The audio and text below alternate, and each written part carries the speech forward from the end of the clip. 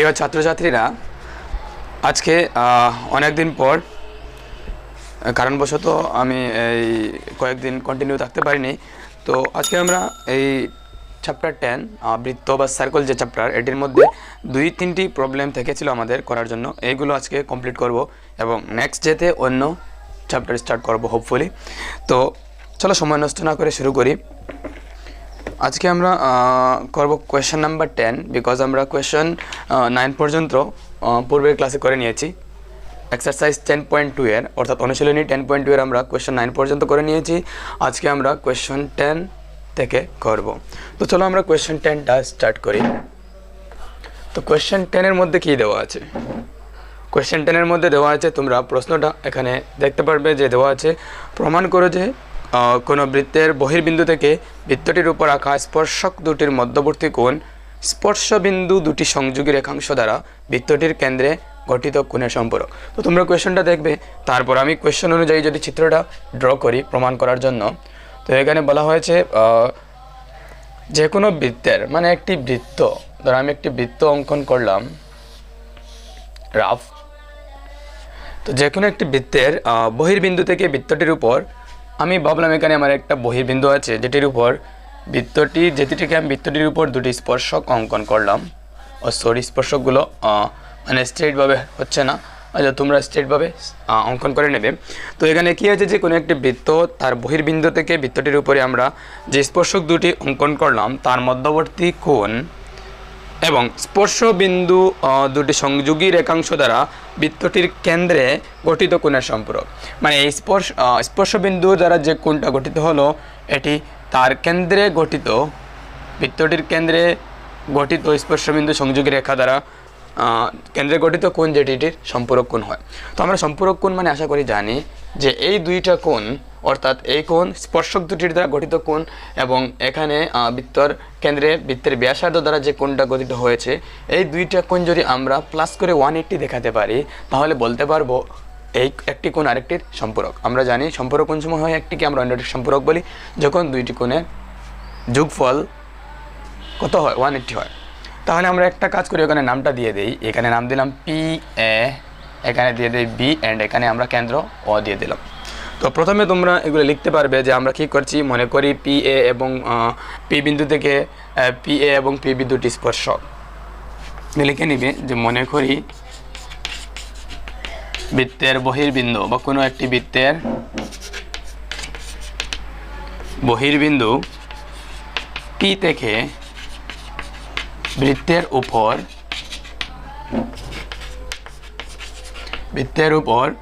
P A এবং PB দুটি স্পর্শক। তো আমরা লিখবো এখন কি, যে প্রমাণ করতে হবে, আমি শর্টকাট লিখে নিচ্ছি, প্রমাণ করতে হবে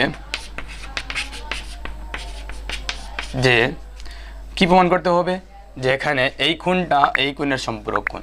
অর্থাৎ লিখতে পারি প্রমাণ করতে হবে যে অ্যাঙ্গেল এ পি বি প্রমাণ করে যে এখানে কি লিখেছিল, বহির্বিন্দু থেকে বৃত্তের উপর স্পর্শক দুটির মধ্যবর্তী কোণ এবং স্পর্শবিন্দু সংযোগী রেখাংশ দ্বারা বৃত্তটির কেন্দ্রে গঠিত কোণের, ঠিক আছে। যে এখানে বলা হয়েছে এ পি বি অ্যাঙ্গেল অর্থ কোণটি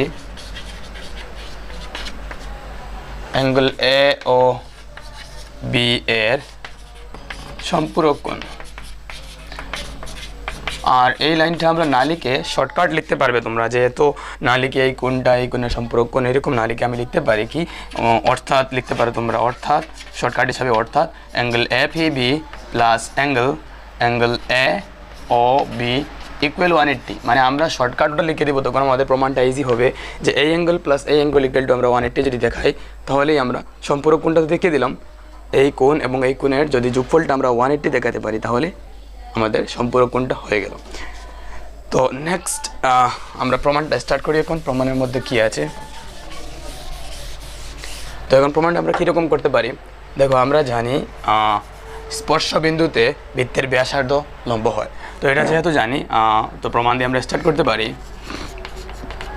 বৃত্তের স্পর্শবিন্দুতে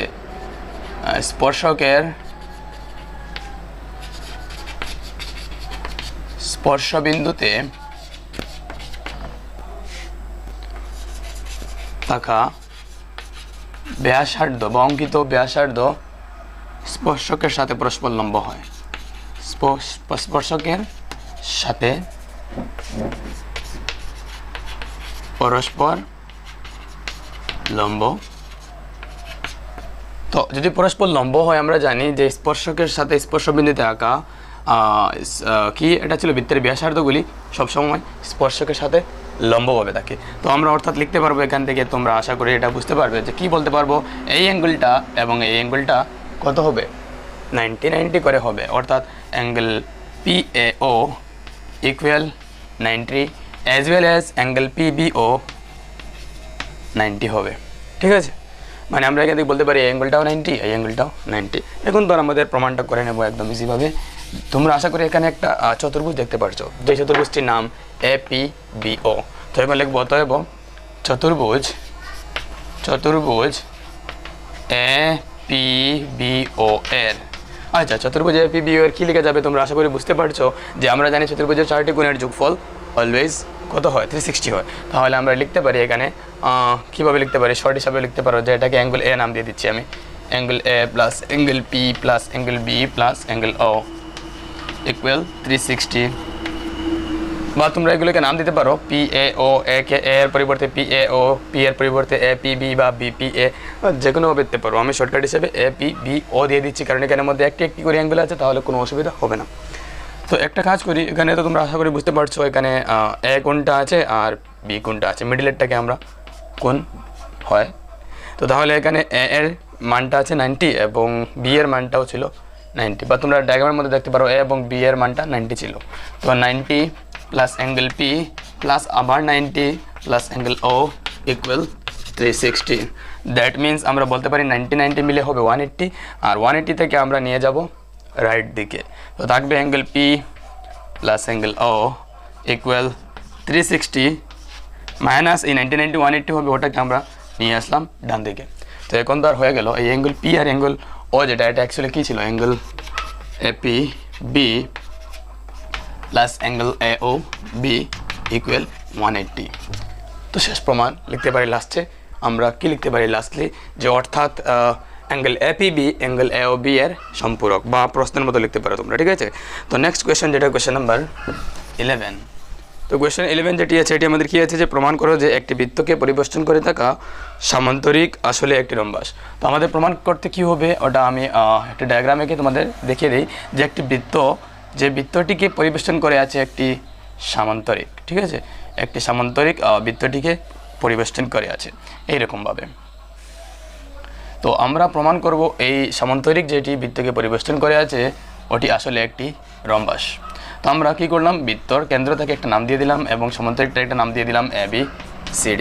তো আমাদের প্রমাণ করতে হবে এই ABCD যে সামান্তরিকটা পরিবেষ্টন করে আছে বৃত্তটাকে, এই সামান্তরিক ABCDটা আসলে একটি রম্বাস। তো রম্বাস মানে আমরা জানি কি, যার প্রতিটি বাহু সমান হয়। তো আমরা এখানে যদি কোনোভাবে AB সমান BC সমান DC সমান AD দেখাতে পারি, মানে এখানে 4টি যে বাহু আছে, 4টি বাহুকে যদি আমরা ইকুয়াল দেখাতে পারি, তাহলেই আমাদের প্রমাণটা কমপ্লিট।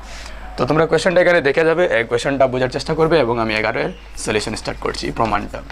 তো এখানে আমরা কি লিখবো, যে মনে করি এই অকেন্দ্রীয় বৃত্তের ABCD সামান্তরিক। তোমরা কোয়েশ্চন থেকে লিখতে পারবে, মনে করি ABCD সামান্তরিক অকেন্দ্রীয় বৃত্তকে পরিবেষ্টন করে আছে। এগুলো প্রথমে আমরা কোয়েশ্চন থেকে একটা লাইন লিখতে পারি,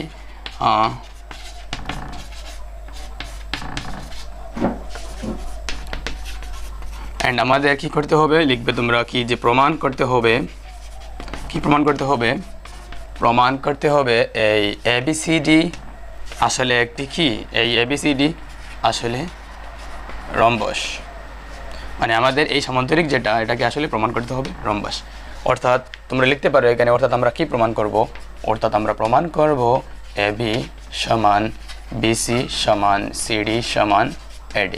মানে আমরা এখানে এই রম্বাস দেখাবো, এর অর্থটা কি, যে 4টা বাহুকে সমান দেখাবো, ইকুয়াল।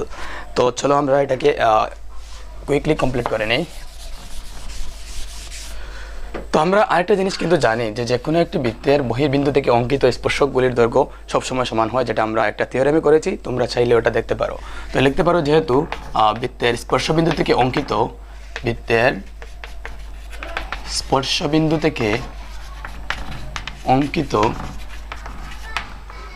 স্পর্শক দুটির স্পর্শকের দৈর্ঘ্য সমান, মানে একটি স্পর্শবিন্দু থেকে অঙ্কিত স্পর্শক দুটির দৈর্ঘ্য সমান হয়। তো এখানে আমরা স্পর্শক দেখতে পাচ্ছি এ থেকে আছে এখানে, এ থেকে এখানে, তো ওগুলো একটা আমরা নাম দিতে পারি।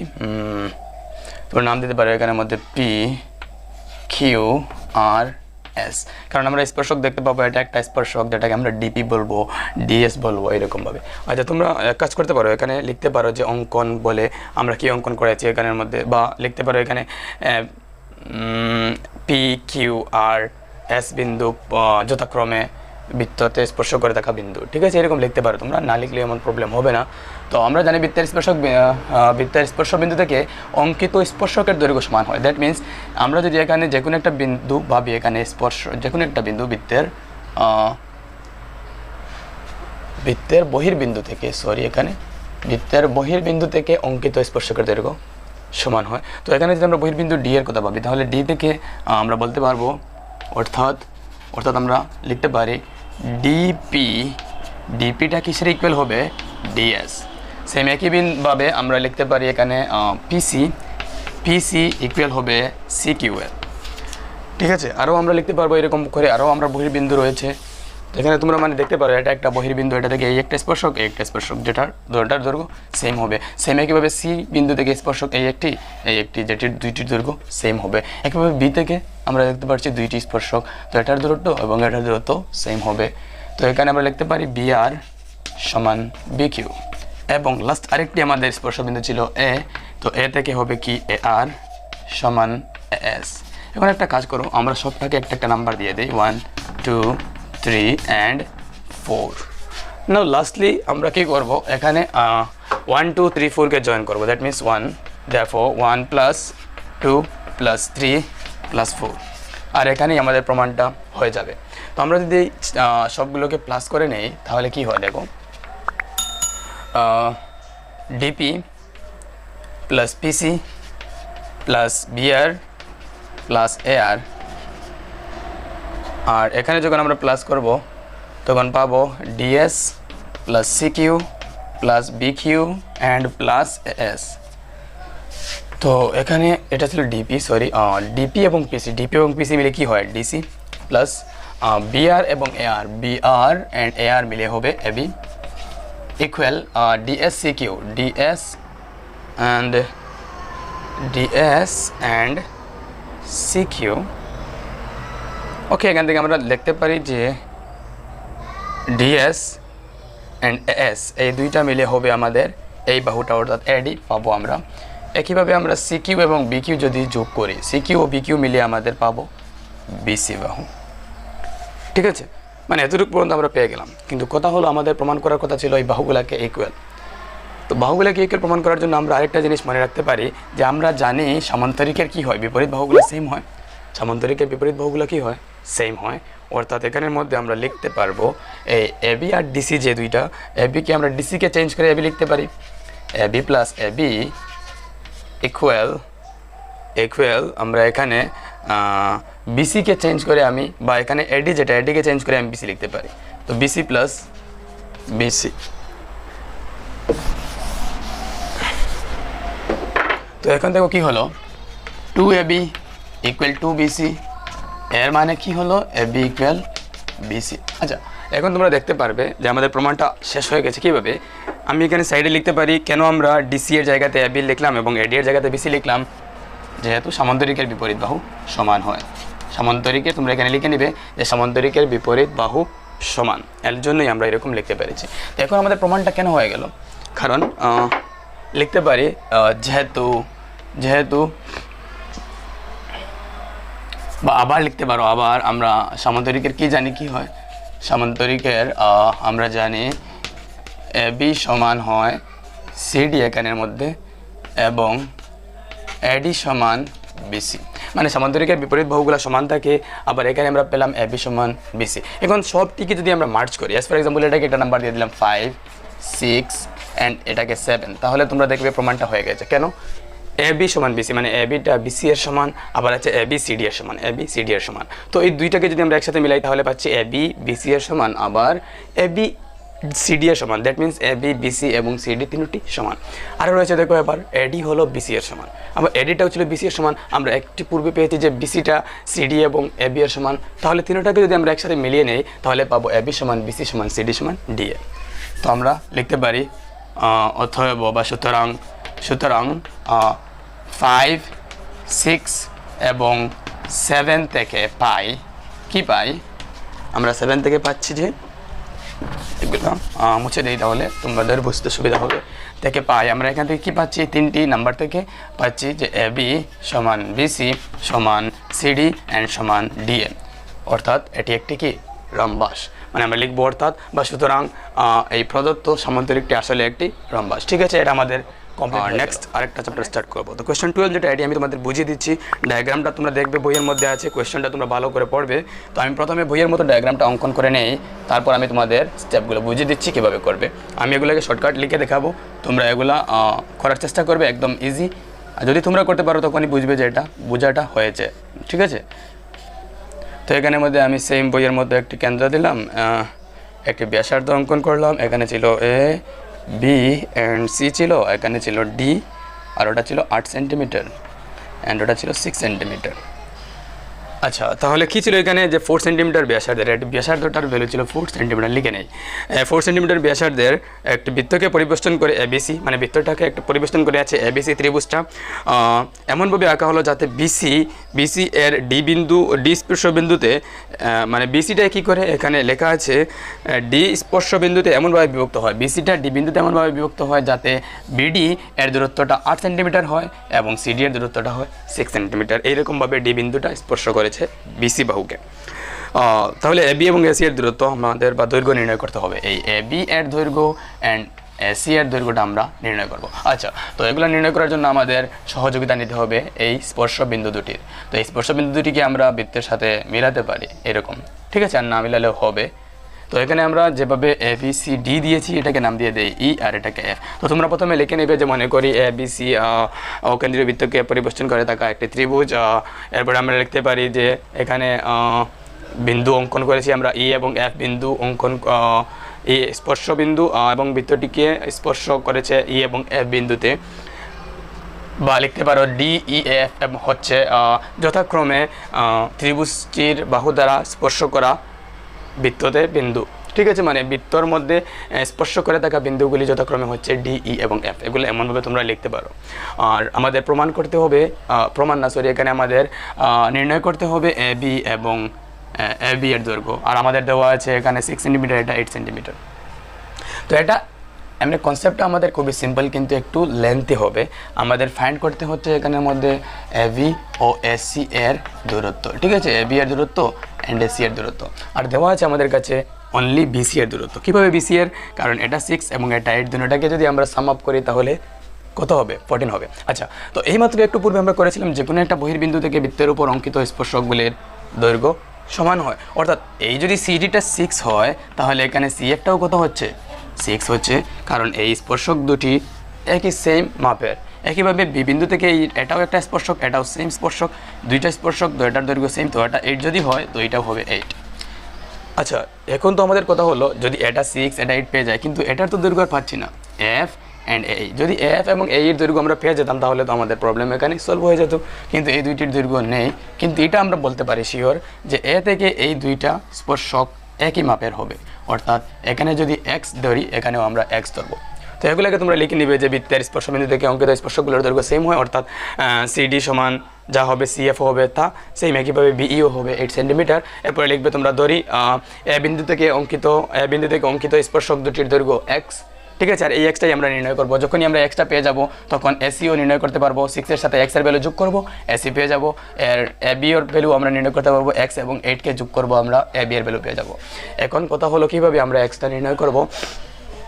তো এক্স নির্ণয় করাটা তোমরা দেখবে এত টাফ হবে না। আমরা একটা কাজ করতে পারি, এখানে অঙ্কন করে নেব সুবিধার জন্য এই বিন্দুগুলো, ঠিক আছে। আর এখানে তোমরা এরকম অঙ্কন করে নিবে, আমি যেরকম অঙ্কন করছি, মানে এ ও কে যুক্ত করবে, সিও যুক্ত করবে এবং বিও যুক্ত করবে। আর এখানে ব্যাসার্ধগুলো অঙ্কন করে নেবে, কারণ এটাতে আমাদের একটু প্রয়োজন পড়বে ফর্মুলার মধ্যে।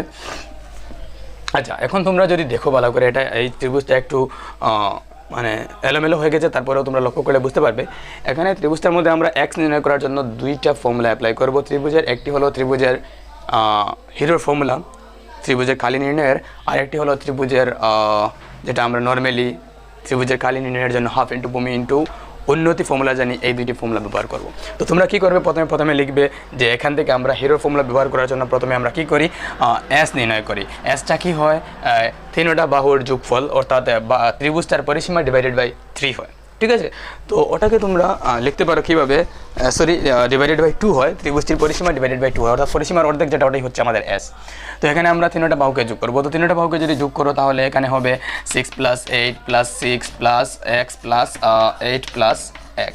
তো ডিভাইডেড বাই 2 এগুলোকে যোগ করলে তোমরা টোটাল কী পাবে, যখন যোগ করবে তখন দেখবে এখান থেকে 6 8 আবার 8 আবার 6, তো টোটাল তোমরা প্লাস করলে পাবে এখানের মধ্যে 28, ঠিক আছে। যখন তুমি প্লাস করবে তখন 28 পাবে। আর এক্স দুইটা আছে, হবে 2x ডিভাইডেড বাই 2। আর এটাকে আমরা 2 কমন নিতে পারি, 2 কমন নিলে এখানে থাকবে 14 আর এখানে থাকবে x, তো 14 প্লাস টোটাল 14 প্লাস x আসবে। তো এসটা তোমরা নিজে নির্ণয় করবে, তিনটা বাহু যোগ করে তারপর হাফ করবো, তখন এস নির্ণয় হয়। তো এখান থেকে তোমরা পাবে 14 প্লাস x, ঠিক আছে। তো যখন আমরা এস পেয়ে যাই তখন আমরা হিরো ফর্মুলা ব্যবহার করতে পারি। তো লিখতে পারি অতএব ত্রিভুজের, আমরা কি লিখতে পারবো, এখান থেকে আমরা ত্রিভুজের কালি নির্ণয় করতে পারি। মানে এখানে একবার আমরা হিরোর ফর্মুলা দিয়ে ত্রিভুজের কালি নির্ণয় করব, আবার একইভাবে এই ত্রিভুজটাকে আমরা ওই যে ভূমি ইন্টু উন্নতি ফর্মুলা দিয়ে করবো। আর যেহেতু আমরা জানি এখানের মধ্যে যে কোনো ফর্মুলা দিয়ে করি না কেন আমাদের কালিটা সেম হবে, তো দুটোটাকে আমরা ইকুয়াল লিখতে পারবো। আর যখন ইকুয়াল লিখবো তখন এক্সটা আমরা দুনো দিক থেকে ক্যালকুলেট করে এক্সের ভ্যালুটা নির্ণয় করতে পারবো, ঠিক আছে। তাহলে তোমরা এখানে লিখবে অতএব ত্রিভুজটির কালি, অতএব ত্রিভুজটির কালি সমান √ আমরা জানি কি হয়, √s। ত্রিভুজের কালি লিখবে s minus a, s minus b and s minus c। আর এখানে a b c গুলো তোমরা জানো, এসটা তোমরা নির্ণয় করেছি যেটা অর্ধ পরিসীমা, এবং a b c গুলো হলো ত্রিভুজের বাহুর দৈর্ঘ্য। তাহলে ত্রিভুজের বাহুগুলো তোমরা পেয়ে যাচ্ছ। এখানে কি s এর মান বসাবে 14 প্লাস x, তারপরে তোমরা একটা বাহুর মাপ এখান থেকে দেখতে পাচ্ছ 6 + 8 এর ভ্যালু, আর এটা হবে x + 8 b এর ভ্যালু যদি আমরা ধরি, তাহলে c এর ভ্যালুটাকে আমরা বলতে পারি এখানে 6 + x। মানে এইভাবে আমরা বাহুগুলো যোগ করে করে মাইনাস করবো s থেকে। ফাইনালি তোমরা কী করবে, যখন মাইনাস করবে রুটের মধ্যে একটা রেজাল্ট পাবে, মানে এখান থেকে তোমরা মাইনাস করতে করতে রুটের মধ্যে একটা রেজাল্ট পাবে। যদি তোমরা মানে এটা বুঝতে অসুবিধা হয় আমাকে বলবে, কারণ আমি এটা যদি করার স্টার্ট করি তাহলে অনেক সময় লাগবে, আমি চাই না ভিডিওটা এমন লম্বা হওয়ার জন্য। তাহলে তোমরা এটা করবে কীভাবে, যে এস এ সবগুলো ভ্যালু বসাবে, তারপরে ক্যালকুলেট করবে, রুটের মধ্যে একটা রেজাল্ট আসবে। এরপরে আবার লিখে কী করবে তোমরা, এখানে আবার লিখে তোমরা ত্রিভুজের ওই যে কালি ফর্মুলা যেটা আমরা জানি হাফ ইন্টু ভূমি ইন্টু উন্নতি, ওটা দিয়ে করবে। তো এখানের মধ্যে কথা হলো কোন জায়গাতে আমরা হাফ ইন্টু ভূমি ইন্টু উন্নতি বসাবো। সিম্পল, যে ABC ত্রিভুজটার মধ্যে আমরা ত্রিভুজ কনসিডার করব, এই ত্রিভুজটাকে মানে OBC বা OCB, একইভাবে এই ত্রিভুজটা কনসিডার করব, আর এই আরেকটা ত্রিভুজ, মানে এই বড় বড় যে ভিতরে তিনটে ত্রিভুজ আছে, তিনটা ত্রিভুজকে কনসিডার করবো। যদি আমরা এই তিনটা ত্রিভুজ দেখি তাহলে দেখতে পাচ্ছি তিনটির মধ্যে উন্নতি আছে, অর্থাৎ উচ্চতা আছে, এটার উচ্চতা আছে, এটার উচ্চতা আছে। তো তিনটা ত্রিভুজের মধ্যে আমরা তিনটা ত্রিভুজের কালির সাম, অর্থাৎ ABC এর কালি, মানে ABC এর কালিটাকে আমরা তিনটা ত্রিভুজের কালি যোগ করে লিখতে পারি। তো লিখবো অতএব ABC ত্রিভুজ, আবার ABC এর কালি সমান OCB এর কালি প্লাস AOB এর কালি প্লাস AOC এর কালি, এবং এইগুলোর কালি বসানো সম্ভব, কারণ কি এটা হবে half into OD into BC। OD কত থাকে আমাদের এখানে, সব ব্যাসার্ধগুলো 4, তো 4 ইন্টু 6 + 8। সেম এটার মধ্যে হবে হাফ ইন্টু এটা কত 4, হাফ ইন্টু 4 ইন্টু x + 8 ব্র্যাকেটের মধ্যে। সেম একইভাবে এই ত্রিভুজের জন্য তোমরা যখন লিখবে খালিটা তখন হবে হাফ ইন্টু 4, কারণ এই ব্যাসার্ধটা তো 4 আছেই, এখানেও হাফ ইন্টু এখানে উন্নতিটা কত আমাদের 4 ইন্টু হবে x + 6। তো সবগুলো যখন ক্যালকুলেট করবে তখন একটা অবভিয়াসলি তোমরা ভ্যালু পাবে।